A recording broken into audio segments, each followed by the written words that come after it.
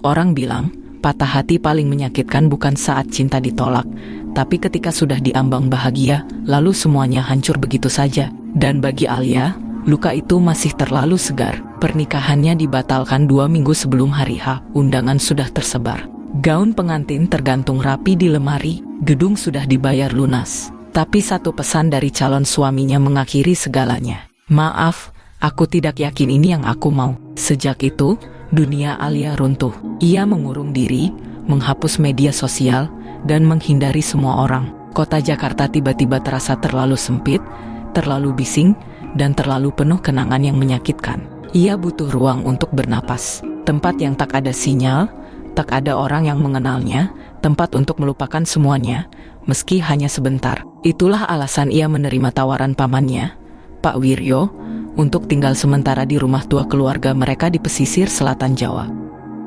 Pak Wiryo adalah kakak almarhum ibunya. Sejak istrinya meninggal 5 tahun lalu, beliau tinggal sendirian di rumah panggung kayu yang menghadap langsung ke laut. Anaknya satu-satunya, Riko, kini tinggal di Jakarta bersama keluarganya. Saat Alia menghubunginya, suara Pak Wiryo terdengar lemah di ujung telepon. Rumahnya kosong. Om juga sekarang dirawat sama Riko. Paru-paru Om makin parah. Tapi tolong, kalau kamu bisa, tinggal sebentar di sana. Ada hal yang harus dijaga. Nanti Om jelaskan. Alia tak banyak tanya. Ia hanya ingin pergi sejauh mungkin dari kota, dari harapan yang kandas, dari semuanya. Perjalanan ke desa Karangjati memakan waktu lebih dari 8 jam. Setelah melewati jalan besar, mobil yang ia sewa harus melintasi jalanan berbatu dan hutan lebat sebelum akhirnya sampai ke sebuah desa kecil yang nyaris tak terdeteksi Google Maps. Desa itu sunyi, dikelilingi perbukitan dan pohon nyiur yang meliuk tertiup angin laut. Saat mobil berhenti di ujung tebing, Alia tertegun. Di depannya berdiri sebuah rumah panggung kayu berusia puluhan tahun. Cat birunya sudah memudar. Dari halamannya, suara ombak terdengar jelas menghantam karang di bawah. Pemandangannya indah, tapi ada sesuatu yang aneh. Bukan keheningan biasa, tapi sunyi yang terasa seperti sedang diawasi. Seorang perempuan tua menyambutnya di depan gerbang. Kamu Alia ya, ponakannya Pak Wiryo. Ia mengenalkan diri sebagai Mbah Sarti, tetua desa yang dulu sering membantu keluarga Alia saat mereka berlibur ke sana waktu kecil. Ommu dulu rutin rawat rumah ini, tapi sejak sakit, tidak ada yang jaga. Kamu hati-hati ya, tempat ini bukan tempat biasa. Alia hanya mengangguk, mengira itu sekadar nasihat khas orang desa. Begitu masuk ke dalam rumah, ia disambut aroma kayu tua dan angin laut yang masuk lewat celah jendela. Perabotannya sederhana, meja makan kayu jati, rak buku tua, dan beberapa lukisan pemandangan laut yang mulai pudar. Tapi ada satu ruangan yang membuat Alia merasa aneh sejak awal. Pintu di ujung lorong tertutup rapat, di atasnya tergantung kain putih panjang dengan simpul aneh seperti ikatan bekal upacara. Di depannya, terdapat piring tanah liat berisi bunga kering, sisa dupa, dan segelas air yang sudah mengering. Itu ruangan persembahan, kata Mbah Sarti pelan. Sudah sejak zaman nenek moyang, keluarga Pak Wiryo dipercaya sebagai penjaga pantai. Ada ritual yang dilakukan setiap malam Jumat Kliwon untuk sedekah laut. Alia mengerutkan dahi. Sedekah laut? Ya, untuk Nyi Roro Kidul, jawab Mbah Sarti sambil tersenyum. Supaya laut tenang, supaya tidak ada yang diambil. Malam pertama, Alia tidak bisa tidur. Angin dari jendela berderak-derak seperti bisikan. Ia merasa kamarnya terlalu dingin, meskipun tidak menyalakan kipas. Dan jam 3 dini hari, mimpi itu datang. Ia berdiri di tengah istana bawah laut. Air mengalir lembut di langit-langit, ubur-ubur bersinar menggantung seperti lampu gantung kristal. Di ujung ruangan, seorang wanita tinggi dengan gaun hijau dan mahkota emas duduk di singgasana karang. Wajahnya cantik, tapi matanya dingin dan dalam seperti jurang samudera. Akhirnya kau datang, Sekar Jagat. Darahmu sudah lama kutunggu. Suara itu menggema, dan tubuh Alia mulai tenggelam perlahan dalam air. Ia terbangun dengan jantung berdegup keras, tubuh basah keringat, dan anehnya, pasir laut menempel di telapak tangannya. Ia menggigil, dan di kejauhan, dari balik dinding rumah, terdengar suara lantai kayu berderit, seolah seseorang sedang berjalan perlahan. Pagi itu, Alia bangun dengan perasaan aneh. Bukan sekadar lelah karena mimpi buruk, tapi seperti ada sesuatu yang berubah dalam tubuhnya, getaran halus yang belum pernah ia rasakan sebelumnya. Ia duduk di tepi ranjang, menatap telapak tangannya yang semalam dipenuhi pasir. Kini bersih, tapi rasa dingin dan kesemutan samar masih tertinggal. Jam dinding menunjukkan pukul 6. Angin laut mengalir dari jendela, membawa aroma asin dan dupa. Alia berdiri dan berjalan keluar kamar. Suara burung camar terdengar jauh di luar. Ia memutuskan turun ke dapur, mencari sesuatu untuk dimakan. Tapi ketika melewati ruang tengah, matanya menangkap sesuatu yang tak ada semalam.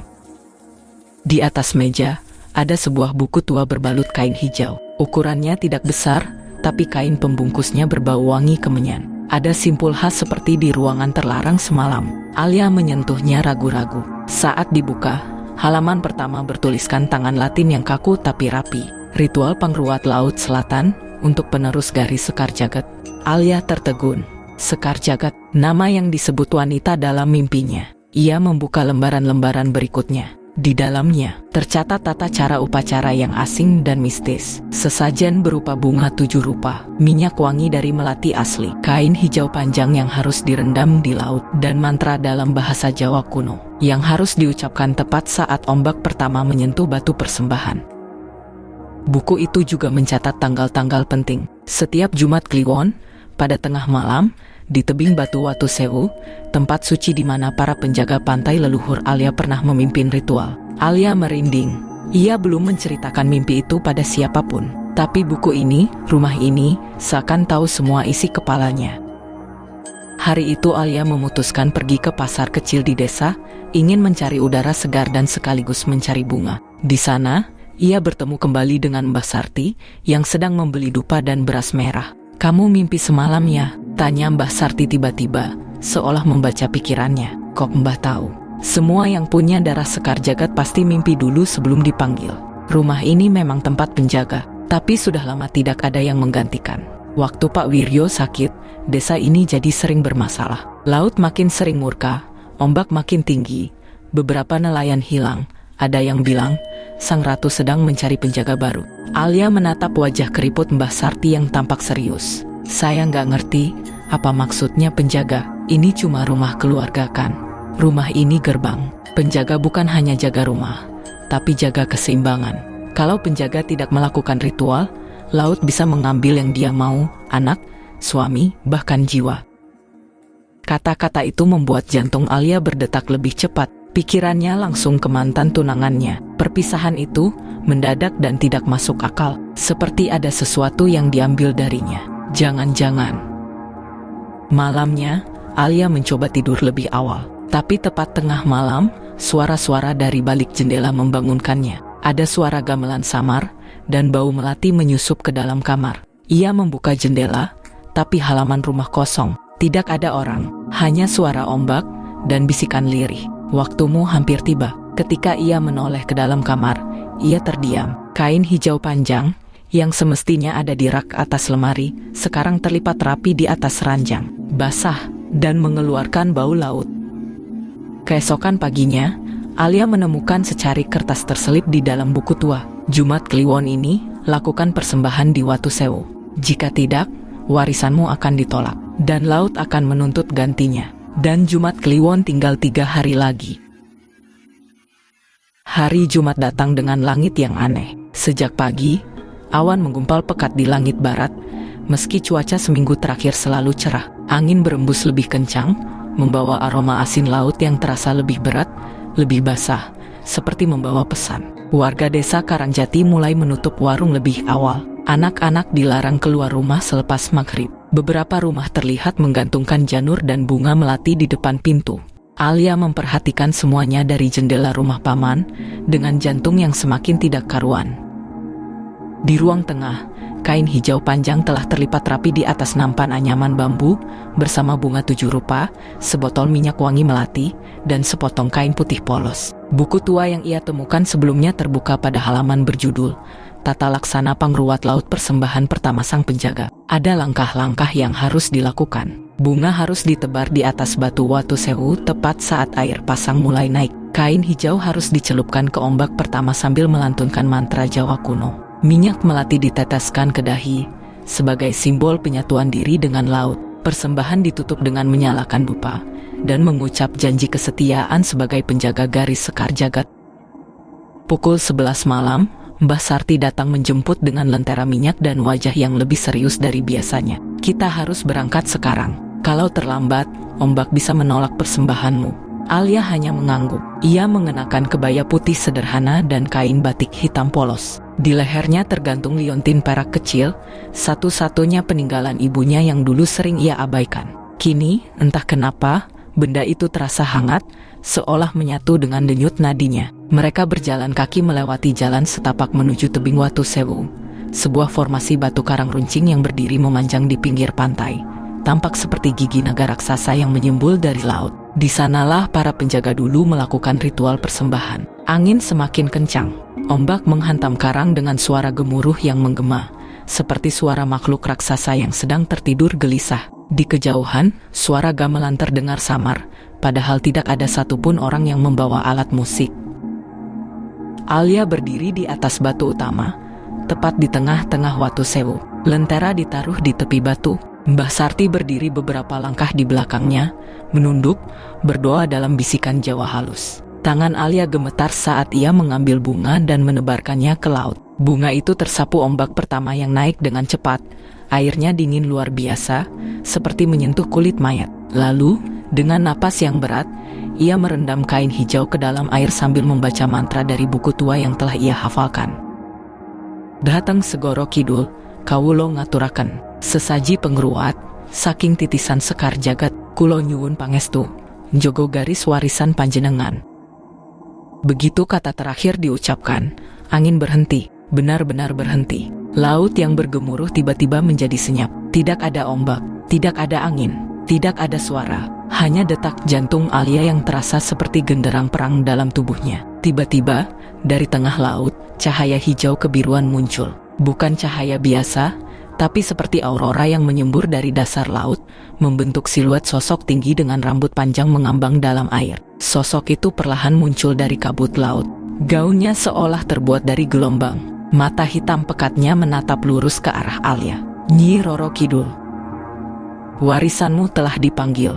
Mulai malam ini, hidupmu bukan milikmu sendiri. Jaga pantai ini, jaga keseimbangan, atau laut akan mengambil apa yang kamu cintai." Suaranya lembut tapi dingin, seperti suara dari dalam mimpi yang tak bisa dilawan. Lalu, cahaya menghilang. Ombak kembali menggila, menghantam batu. Tapi tubuh Alia tetap kering. Ia seperti berada di ruang yang tak tersentuh alam biasa.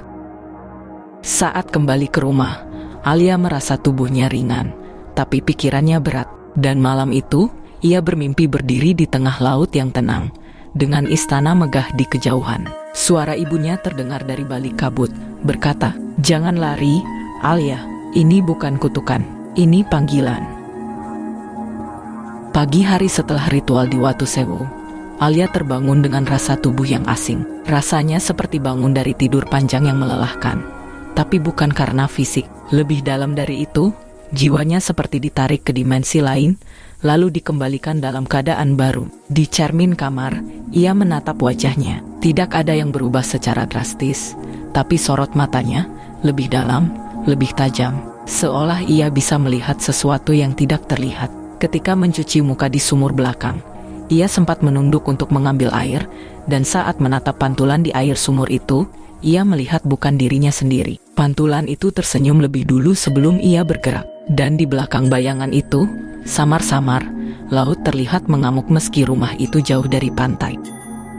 Alia mencoba menjalani hari seperti biasa. Ia membersihkan rumah, menyapu halaman, bahkan sempat membuat teh panas dan duduk di teras. Tapi semuanya terasa sepi, terlalu sepi. Tak ada burung, tak ada anak kecil berlari di jalan setapak, bahkan suara motor nelayan pun tak terdengar. Dan kemudian, satu demi satu keanehan mulai muncul. Pertama, seekor kucing hitam duduk di pagar depan rumah. Kucing itu menatap Alia tanpa berkedip, lalu melenguh panjang seperti sedang memperingatkan. Kedua, Mbah Sarti datang membawa kabar aneh. Tadi malam, laut tidak surut, tetap pasang sampai pagi. Beberapa nelayan mengaku melihat sosok perempuan berjubah hijau berdiri di atas batu karang, dan ada suara gamelan dari dasar laut. Mereka bilang kamu sekarang sudah jadi penghubung antara dunia kita dan dunia beliau. Alia menggenggam cangkir teh hingga jemarinya memutih. Kata-kata Mbak Sarti menusuk pikirannya. Penghubung, penjaga dua dunia. Seminggu berlalu sejak ritual, dan setiap malam, Alia bermimpi berjalan di koridor panjang, dengan dinding laut di kiri dan kanan. Di ujung koridor, selalu ada pintu perak. Setiap kali ia mencoba membuka, selalu terdengar suara. Belum saatnya, belum semua ingatanmu kembali. Namun di malam ketujuh, pintu itu sedikit terbuka. Ia melihat sekelibat bayangan seorang wanita muda dalam kebaya, menari di depan istana laut. Di sekitarnya, sosok-sosok hitam berjubah duduk bersila dalam barisan. Tapi yang membuat Alia tercekat adalah wanita itu memiliki wajah yang mirip dengannya. Dan ketika Alia mencoba mendekat, sebuah tangan putih halus menyentuh bahunya dari belakang. Dingin, anggun, dan suara itu berbisik, "Kamu adalah bagian dari perjanjian lama. Darah Sekar Jagat tidak bisa hidup di darat sepenuhnya. Waktumu di dunia atas terbatas, Alia." Ia terbangun dengan tubuh basah seperti habis berendam di laut. Kain tidurnya lembab, dan dari kakinya mengalir butiran pasir halus. Keesokan harinya, kabar datang dari Jakarta. Paman Alia, Pak Wiryo, mendadak koma. Padahal kondisi sebelumnya mulai membaik. Anak Pak Wiryo menelepon dalam keadaan panik. "Papa bilang terakhir kali, beliau mimpi didatangi ibumu. Katanya, tugasnya sudah selesai. Sekarang giliran kamu." Alia terpaku. Ibu yang sudah meninggal saat ia masih bayi. Semua tanda mengarah pada satu kenyataan tak terbantahkan, warisan ini tidak datang begitu saja. Ia adalah bagian dari sesuatu yang jauh lebih tua, lebih dalam, lebih gelap. Dan di tengah laut, saat senja mulai turun, ombak membentuk pola aneh, seperti simbol mata terbuka yang menatap langsung ke arah rumah Alia. Sejak mendengar kabar Pak Wiryo koma, tidur Alia tidak pernah sama. Malam-malamnya kini dipenuhi dengan mimpi yang terasa terlalu nyata. Seperti malam itu, Alia terbangun di sebuah hutan bakau yang terendam air laut. Di atasnya, bulan menggantung pucat dan besar, seperti mata yang terus menatapnya. Air di sekelilingnya diam, tapi setiap langkah Alia menimbulkan riak yang mengeluarkan bisikan-bisikan aneh yang mengerikan. Tiba-tiba, sosok-sosok muncul di antara akar-akar bakau. Wajah-wajah mereka pucat kehijauan, mata kosong, tubuh seperti bayangan yang terjerat dalam alga. Mereka mendekat, satu demi satu, merangkak, berbisik, mengelilinginya. Lalu satu suara terdengar jelas di antara semuanya. "Namaku Ratna Ayu. Aku ibumu, dan aku juga pernah berdiri di tempatmu sekarang." Alia membeku. Sosok wanita itu perlahan muncul di hadapannya, mengenakan kebaya putih lusuh dan rambut panjang yang tergerai basah. Wajahnya cantik, tapi mata sayunya menyimpan luka yang tak pernah sembuh. "Aku menolak garis Sekar Jagat. Aku ingin hidup normal, menikah, punya anak." Tapi laut tidak pernah melupakan janji yang dipatahkan. Ia mengangkat tangan kanannya, dan terlihat bekas luka membentuk lambang spiral di pergelangan. Luka yang sama persis seperti yang kini muncul samar-samar di tangan Alia sejak ritual malam itu. "Kematian ibu bukan karena penyakit, Alia. Aku ditarik kembali. Tapi aku memohon agar kamu diberi waktu untuk tumbuh tanpa tahu. Tapi waktumu sudah habis. Perjanjian itu hidup, dan kini kamu harus memilih menjadi penjaga atau jadi tumbal." Alia terbangun dengan napas tersengal. Seluruh tubuhnya menggigil. Di ujung tempat tidur, pasir basah berserakan. Kain tidurnya kembali lembab. Tapi malam ini, ada sesuatu yang berbeda. Lambang spiral di tangan kanannya kini terlihat jelas, terbakar halus di kulit. Pagi harinya, Mbah Sarti datang dengan wajah pucat. "Aku mimpi buruk." Laut marah. Ombak tinggi menghantam desa sebelah. 2 nelayan hilang. "Ini bukan kebetulan. Penjaga sebelum kamu, salah satunya ibumu, pernah mencoba meninggalkan garis itu. Dan laut masih menagih janji." Alia merasa dadanya sesak. Ia mencoba mencari jawaban di buku tua peninggalan keluarganya. Di salah satu halaman tersembunyi yang hanya muncul ketika disentuh dengan jari yang terkena air laut, muncul tulisan, "Jika darah penjaga menolak tugasnya, maka ia akan menjadi loro laut, roh abadi yang menjerit di dasar samudra, menunggu pewaris baru menebus pelanggaran." Dengan tangan gemetar, Alia menyentuh liontin warisan ibunya, seakan meminta perlindungan. Malam harinya, hujan deras turun. Petir menyambar laut yang bergemuruh tak biasa. Dan di atas tebing Watu Sewu, Alia berdiri dalam diam, memandangi sosok hitam tinggi berjubah dari kejauhan yang memanggilnya tanpa suara. Ia tahu, batas antara dunia manusia dan dunia laut telah runtuh. Dan jika ia tak segera menerima peran itu seutuhnya, maka laut akan menagih. Bukan hanya dirinya, tapi siapapun yang ia sayangi. Malam ke-13 setelah ritual pertama, Alia merasa seperti tubuhnya bukan miliknya lagi. Ia mulai mendengar suara laut di dalam kepalanya, bahkan ketika berada jauh dari pantai. Suara-suara itu berbicara dalam bahasa yang tak pernah ia pelajari, tapi entah kenapa, ia mengerti. Saat matahari terbenam, langit berubah kehijauan. Ombak tak berhenti menghantam pantai sejak pagi. Burung-burung laut menghilang, bahkan hewan ternak di desa terlihat gelisah. Mbah Sarti datang lagi, kali ini membawa sebuah kotak kayu tua dengan ukiran sisik naga laut. Waktunya datang, katanya dengan suara berat. Kamu harus jalani ruatan ketiga, ruatan penyatuan. Dalam kotak itu, ada 3 benda: sepotong batu karang putih berbentuk mata, sehelai rambut basah yang tak mengering, dan seutas benang hijau keemasan. Malam ini kamu akan tidur di altar laut. Di sana, tubuhmu tidur, tapi jiwamu akan berjalan. Kamu akan bertemu dengan makhluk-makhluk yang menjaga jalur antara dunia manusia dan kerajaan laut. Kalau kamu diterima, kamu kembali. Tapi kalau mereka menolakmu, jiwamu akan tenggelam di dasar samudra selamanya. Alia dibawa ke sebuah gua karang yang hanya muncul saat laut surut paling rendah. Di dalamnya, terdapat kolam batu kecil yang berisi air laut jernih dan berpendar hijau. Langit malam di atas gua terlihat seperti cermin retak. Dupa dibakar, mantra dilantunkan. Alia merebahkan diri di dalam kolam. Airnya dingin tapi sejuk, seperti diselimuti kabut tipis. Begitu matanya terpejam, tubuhnya tak lagi terasa. Ia membuka mata di tempat yang tak pernah ia lihat sebelumnya, samudra dalam yang terang, tapi tak ada cahaya. Ia berjalan di dasar laut, tapi tak basah. Di sekitarnya, karang-karang bercahaya berbisik dengan suara manusia. Ikan-ikan tak punya mata tapi punya wajah. Dan di kejauhan, sebuah gerbang laut raksasa terbuka perlahan. Dari dalamnya, keluar 4 sosok tinggi.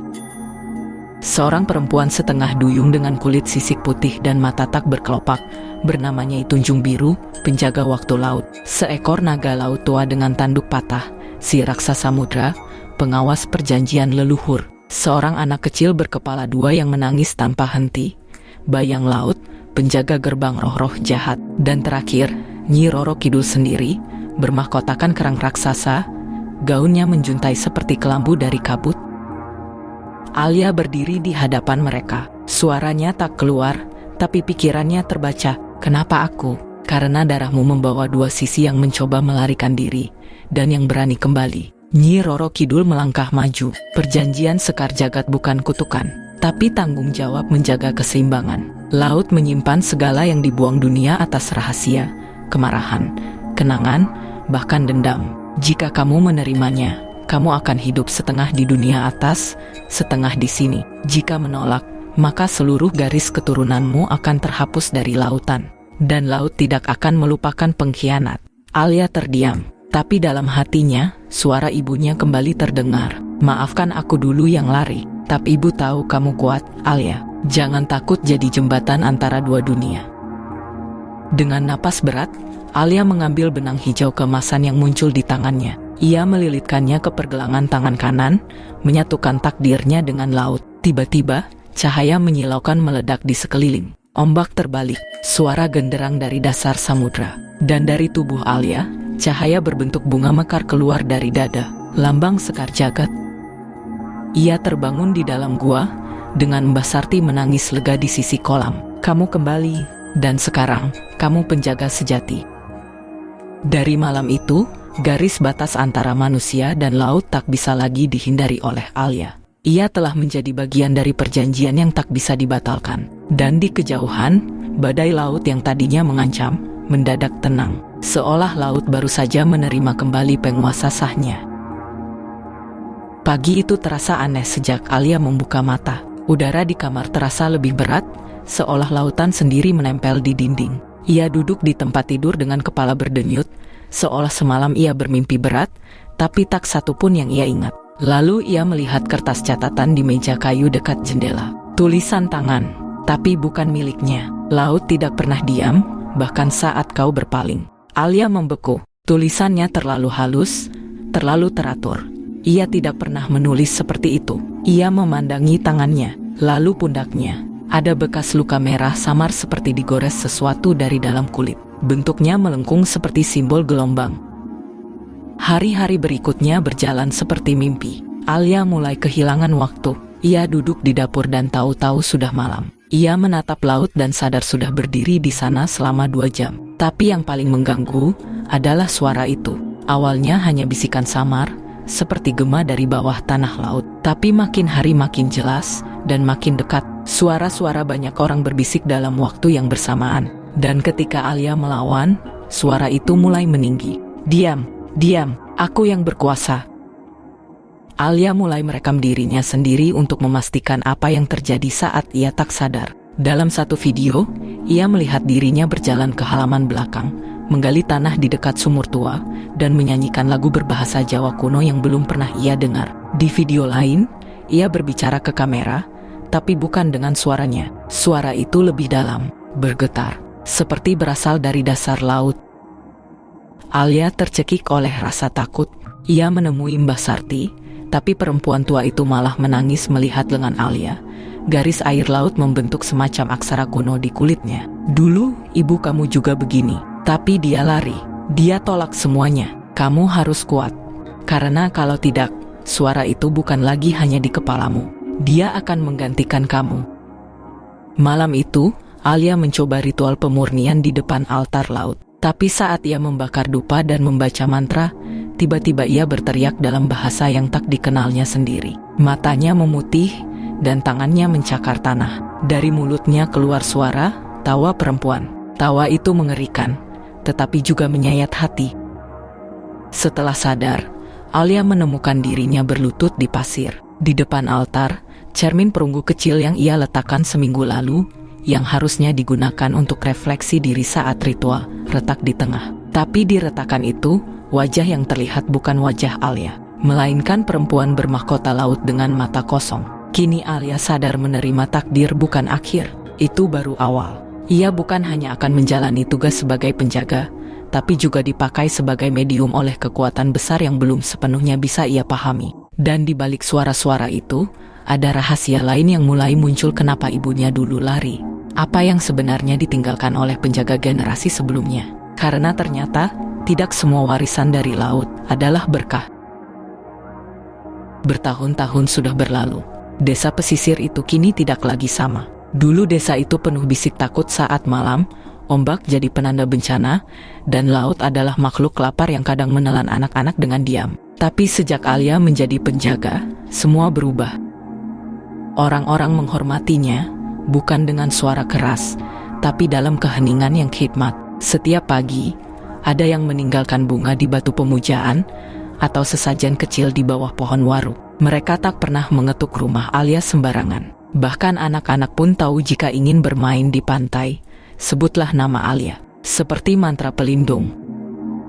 Alia berubah, fisiknya tak lagi sama. Wajahnya teduh tapi dingin. Kulitnya sedikit lebih pucat, rambutnya semakin panjang dan sering dibiarkan tergerai basah seperti habis bangkit dari laut. Matanya bening, kadang seperti tak melihat dunia ini, kadang seperti melihat terlalu banyak. Orang-orang bilang, kalau berbicara dengan Alia, kau harus hati-hati, bukan karena dia pemarah, tapi karena satu kalimat darinya bisa menembus sampai isi hatimu. Ada yang menangis setelah menatap matanya terlalu lama. Ada pula yang melihat mimpi aneh semalam penuh hanya karena bersalaman dengannya. Di malam hari, kadang Alia duduk sendiri di depan rumah kayunya, memandang laut. Tapi ia tidak sendiri, jin-jin laut datang padanya. Dalam bentuk kabut, dalam bentuk binatang laut, kadang dalam bentuk manusia dengan mata kosong. Mereka bicara dalam bahasa lama, bahasa air, bahasa asin, bahasa jiwa. Alia menjawab, tenang, tegas. Ia tak pernah kesepian. Tapi ia juga tak pernah mencari teman.